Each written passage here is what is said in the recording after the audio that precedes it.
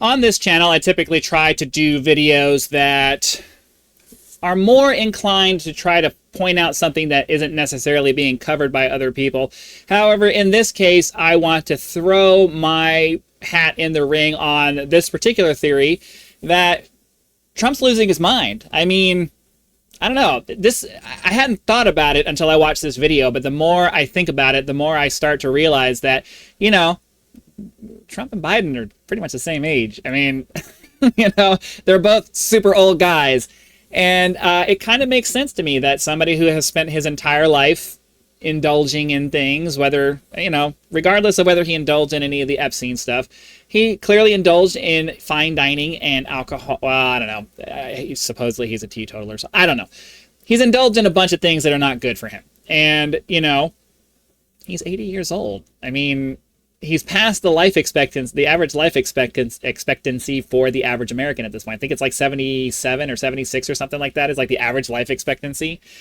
And it's common, it's very common for men of advancing years to get some kind of dementia that, as stated in this video, becomes agitated by stress and all kinds of crazy stuff like that.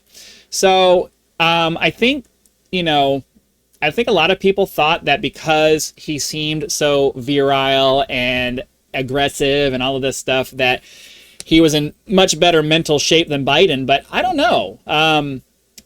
Sometimes dementia can be very difficult to see. Sometimes people seem very invigorated and seem very on top of things, but then when you start thinking about, okay, well, am I seeing dementia here? Like once you start having that in the back of your head, you start noticing little things that make it seem like, okay, I think maybe there's something more going on here than I'm noticing, because dementia is one of those things that is a very slow onset kind of thing. He may be in the very early stages of it, but I mean, he also is almost 80 years old. I mean, it's not at all even a tiny bit shocking to think that maybe he is in like the early to medium stages of dementia. You know, this is the problem. I mean, I understand and I agree with the philosophy that, you know, elders have wisdom to contribute and they have life experiences that they can bring to the table. But at the same time, we need people in office who are young enough to maintain, old enough to have enough wisdom to be good at the job that they're doing, but young enough to be vigorous and free from mental problems. And as soon as you start getting into your late 60s, into your 70s, and especially into your 80s, the chances that you're going to have some kind of serious mental problem starts going up exponentially. And so I've been watching as Trump just loses his mind over this Epstein thing instead of just handling it like a fucking adult. And the explanation here provided by this channel, I don't know anything about them. I just watched their video, and everything they just said in their video kind of just makes sense to me. It makes sense that the reason why he won't just address the issue and handle it in the most direct way possible is, yeah, maybe he's entering into more later stages of dementia. The stress of all of this is causing him to lose his mind, and he's not handling it the way he would maybe 10 years ago.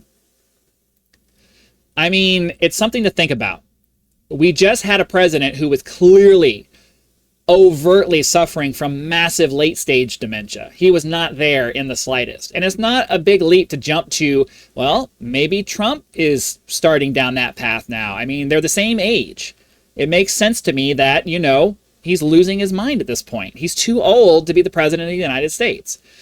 To be perfectly honest with you, I think that there should be age caps on leading the country. Or at the very least, there needs to be some kind of objective testing measure that is capable of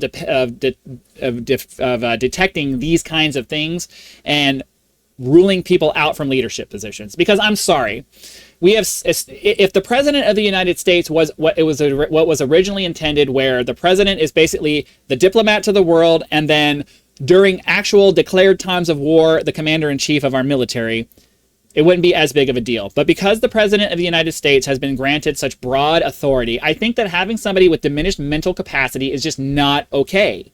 Somebody who has access to the keys to the full nuclear arsenal of the United States of America is not somebody who should be, it should not be somebody who has crazy amounts of dementia starting to run through these things. So I'm just saying, His recent behavior that all of us are scratching our heads going like, what the hell are you doing, dude? You are making yourself look super guilty. And I don't think too many people really believe that he is, but you know, it's kind of hard. It's kind of hard when he's sitting there denying it to the point of sounding super guilty.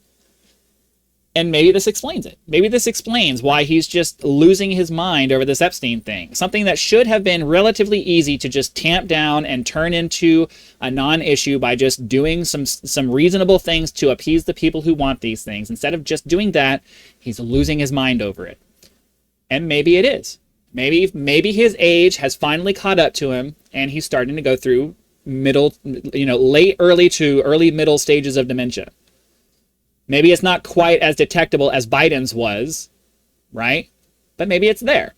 And maybe we should start thinking about that as we start to watch him doing things, because as sad as it is, it may become necessary to remove him from office for health reasons, for, you know, whatever the amendment, I think it's, I can't remember what amendment it is. I don't remember them, but I know there's an amendment that can remove a president based off of not having the faculties necessary to do the job anymore.